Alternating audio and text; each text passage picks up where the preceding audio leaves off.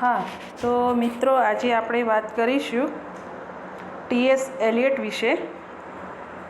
ટી.એસ. Eliot, જેમનું પૂરું નામ છે થોમસ સ્ટર્ન્સ એલિયટ, બરાબર. તો એમનો જન્મ 1888માં અમેરિકામાં થયો હતો.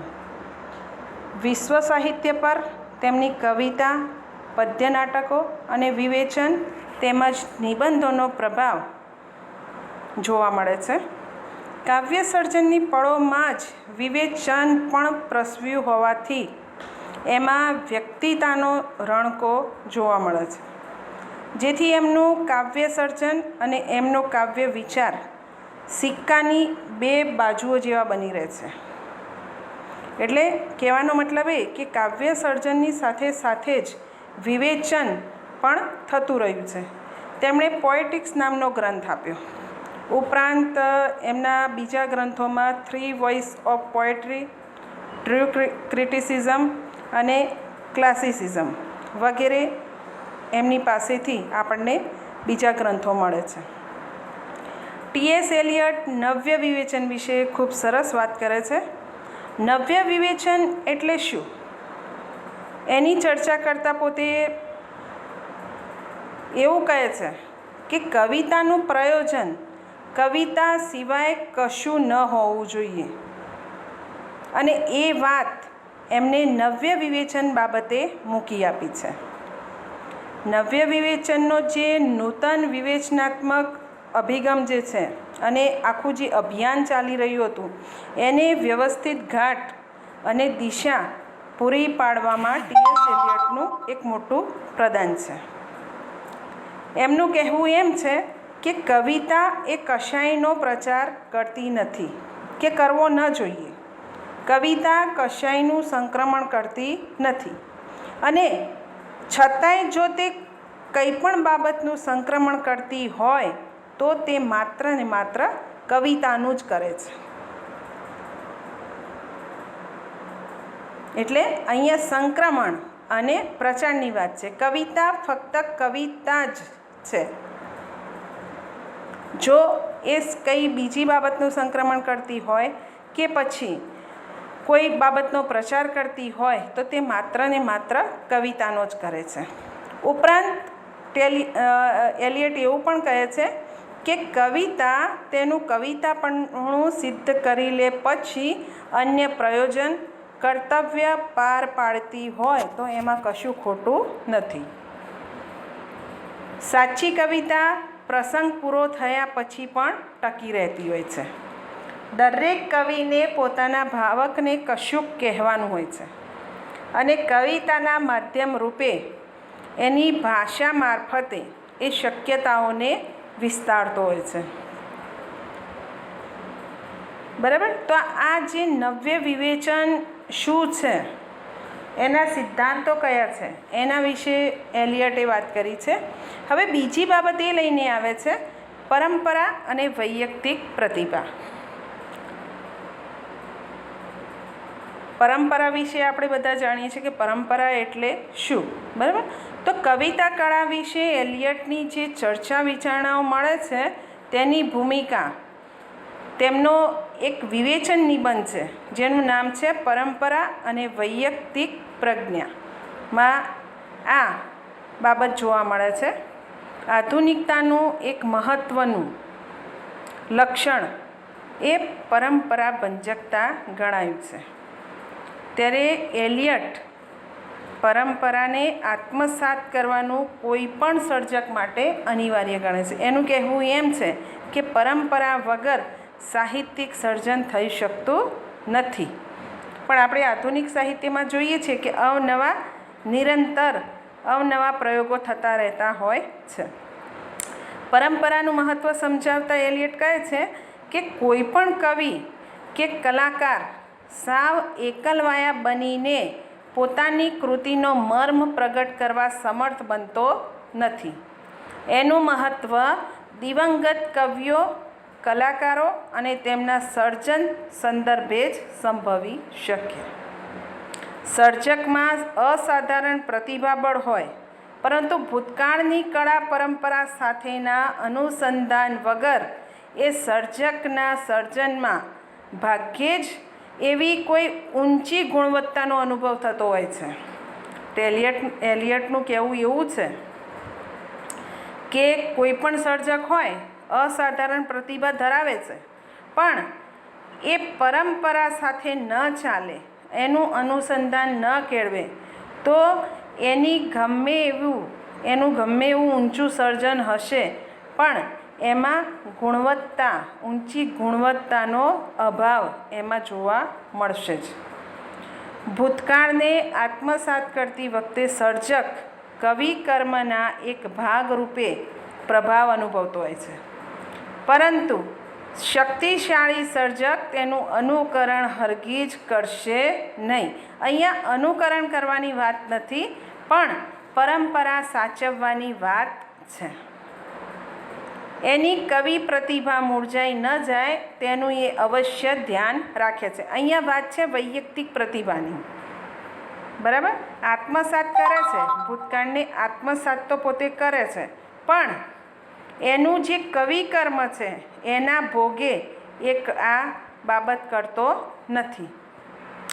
સર્જક એના સર્જનમાં અનુભવાય છતાં ઈશ્વરની જેમ દેખાય નહીં, એમ એલિયટ જણાવે છે.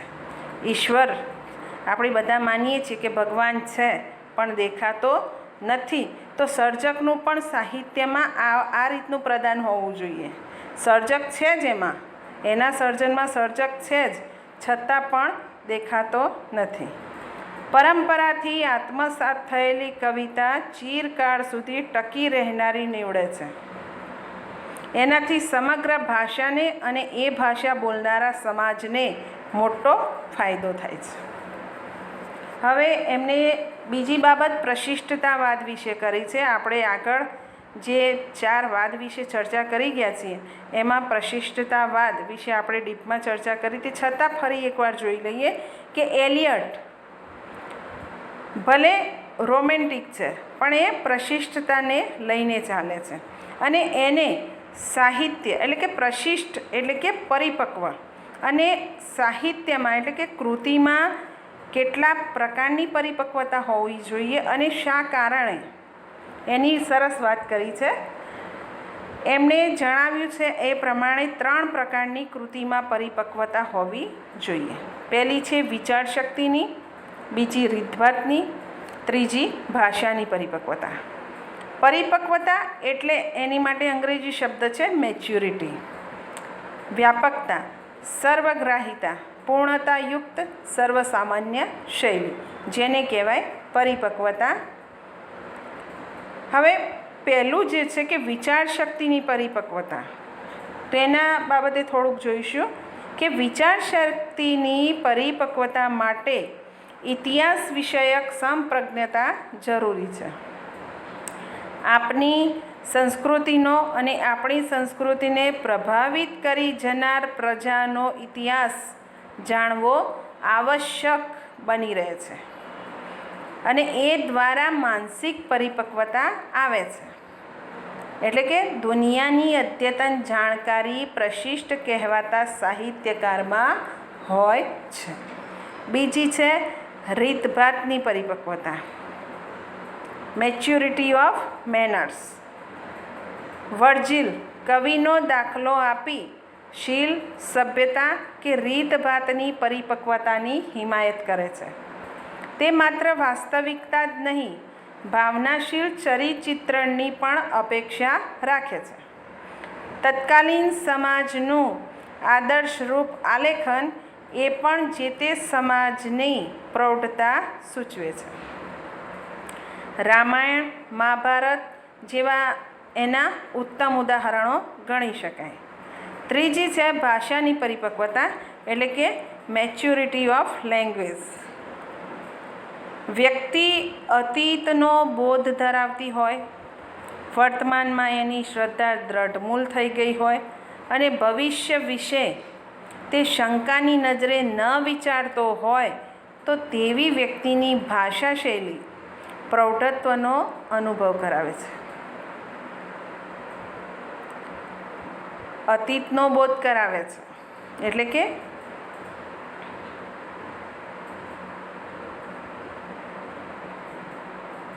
ભૂતકાળનો બોધ ધરાવતી હોય અને વર્તમાનમાં એને શ્રદ્ધા હોય છે અને ભવિષ્ય વિશે એ શંકાની નજરે જોતો હોય અને એવા વ્યક્તિની ભાષા શૈલી પ્રૌઢત્વનો અનુભવ કરાવતી હોય છે. પ્રશિષ્ટ કવિ શું કરે છે? ભાષાનો ઉત્તમમાં ઉત્તમ કસ કાઢીને એને ઊંચાઈએ લઈ જાય છે. ઉદાહરણ તરીકે આપેલા છે એલિયટનું વેસ્ટલેન્ડ છે અને પન્નાલાલની માનવીની ભવાઈ. આ જે કૃતિઓ છે એમાં સમાજને પ્રશિષ્ટતાના દર્શન થાય છે.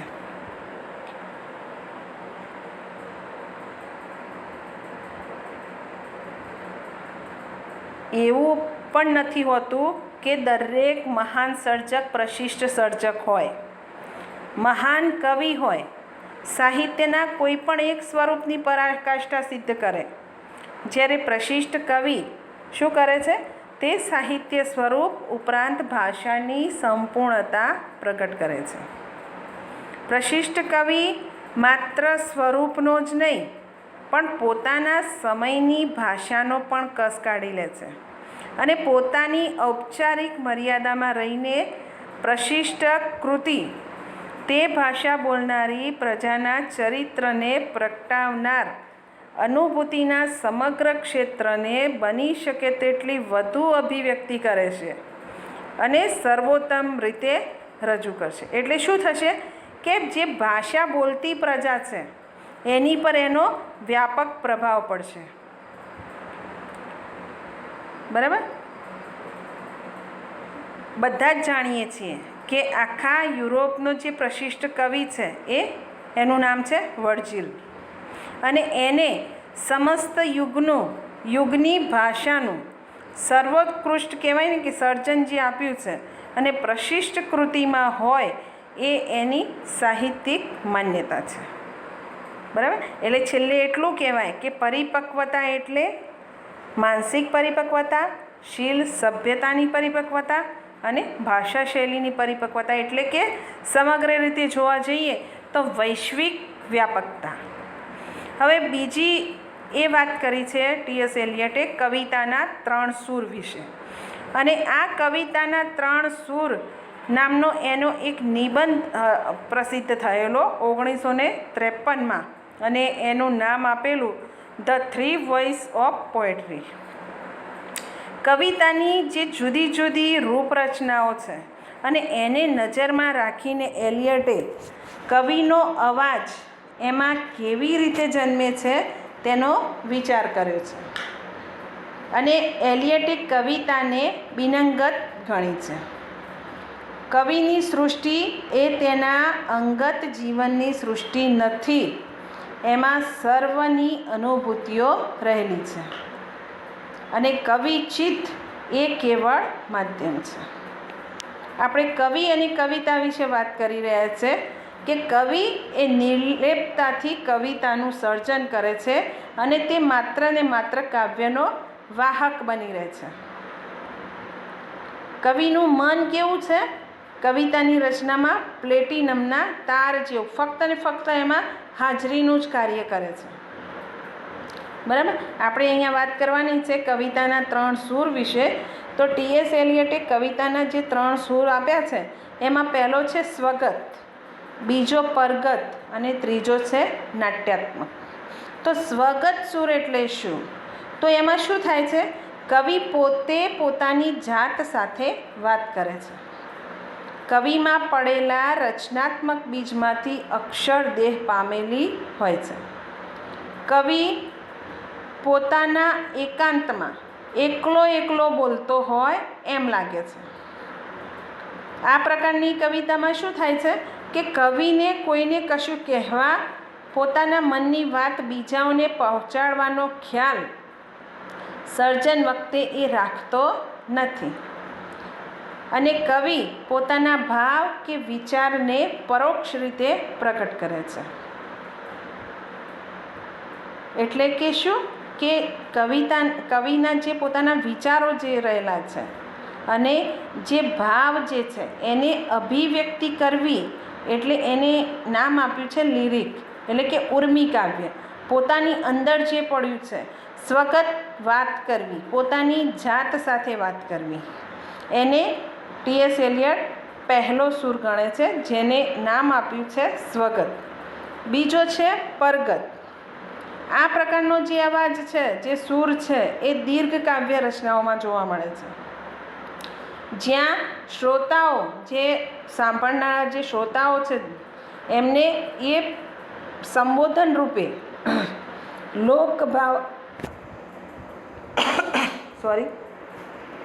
લોકભાવકોને ઉદ્દેશાઈને લખાયેલો હોય છે. આ પ્રકારના સમગ્ર સમાજને કેન્દ્રમાં રાખતો હોય છે. એટલે દીર્ઘ કવિતા, મહાકાવ્યો વગેરેમાં આ પ્રકારનો સૂર જોવા મળતો હોય છે, જેમાં ભાવકોને ઉદ્દેશીને આ પ્રકારના કાવ્યો રચાયેલા જોવા મળે છે. ત્રીજો છે નાટ્યગત, એટલે નાટ્યાત્મક. નાટ્યાત્મક એટલે શું કે પાત્રગત અવાજ. નાટ્ય રચનામાં કવિ પ્રત્યેક પાત્રને અલગ વ્યક્તિત્વ બક્ષે છે.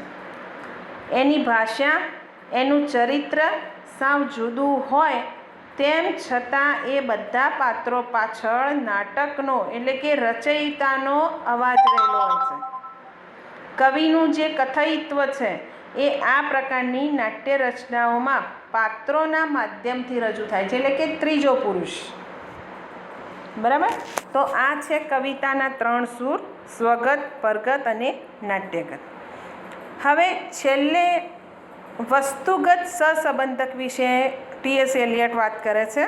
અને વસ્તુગત સહસંબંધક જે છે એ આખો સિદ્ધાંત એમણે આપ્યો છે, અને એ એક આકર્ષણ અને એક ચર્ચાનો વિષય બની રહ્યો છે.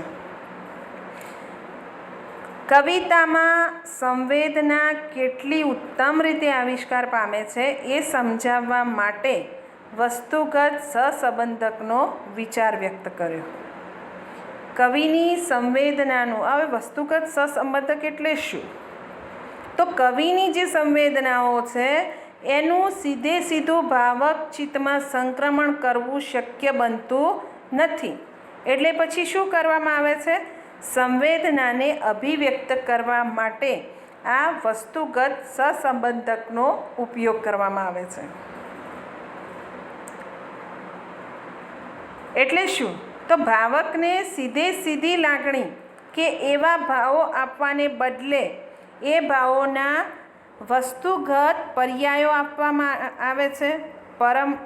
પ્રસંગોની પરંપરા જણાવવામાં આવે છે કે પછી પરિસ્થિતિનું આયોજન કરવામાં આવે. એ કવિ કર્મ છે, એટલે કવિ આ બધું કરે છે. અને જ્યારે તે શબ્દ દ્વારા અભિવ્યક્તિ સાધે ત્યારે લોહીનો લય બનીને વિરલ ક્ષણે કાવ્ય સ્વરૂપ પ્રગટે છે. કવિ ચિત્ત સર્જન પ્રક્રિયા માટે પરિપક્વ બને ત્યારે કવિ ચિત્તમાં સંગ્રહિત જુદા જુદા અનુભવોને સમન્વિત કરીને કશો નવો ઘાટ આપે છે. એટલે છેલ્લે એટલું કહેવાય કે મૂર્તને અમૂર્ત જગત સાથે સાંકળવામાં અહીં સર્જક જે છે, કવિ જે છે, એ સફળ બને છે. બરાબર? આપણે ટી.એસ. એલિયટના જે વિચારો છે કે એમને પ્રશિષ્ટતાવાદ વિશે વાત કરી છે, નવ્ય વિવેચન વિશે વાત કરી છે, પરંપરા અને વૈયક્તિક પ્રતિભા વિશે વાત કરી છે, પછી કવિતાના 3 સૂર અને વસ્તુગત સહસંબંધક વિશે એમને જે સરસ એવી મીમાંસા આપી છે એને મેં તમારી સમક્ષ રજૂ કરી છે. અને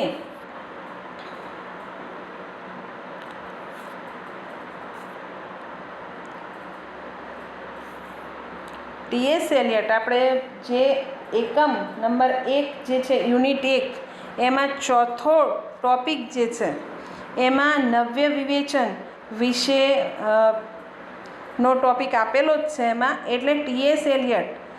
એલિયટ એ પાશ્ચાત્ય મીમાંસક તો છે જ. આપણે 3જા એકમમાં ટી.એસ. એલિયટ તો આવે જ છે, પણ એમના જે 2 ટોપિક જે છે, એક છે નવ્ય વિવેચન અને બીજો છે પ્રશિષ્ટતાવાદ એ બંને પહેલા એકમમાં અને બીજા એકમમાં બંનેનો સમાવેશ થયેલો જોવા મળે છે. એટલે વિદ્યાર્થી મિત્રો ખાસ આ ટી.એસ. એલિયટમાંથી જ્યારે ટી.એસ. એલિયટને તમે તૈયાર કરતા હોવ ત્યારે એમાંથી તમને 3 ટૉપિક વિશે સરસ એવી માહિતી મળી રહેશે. બરાબર, હું અહીંયા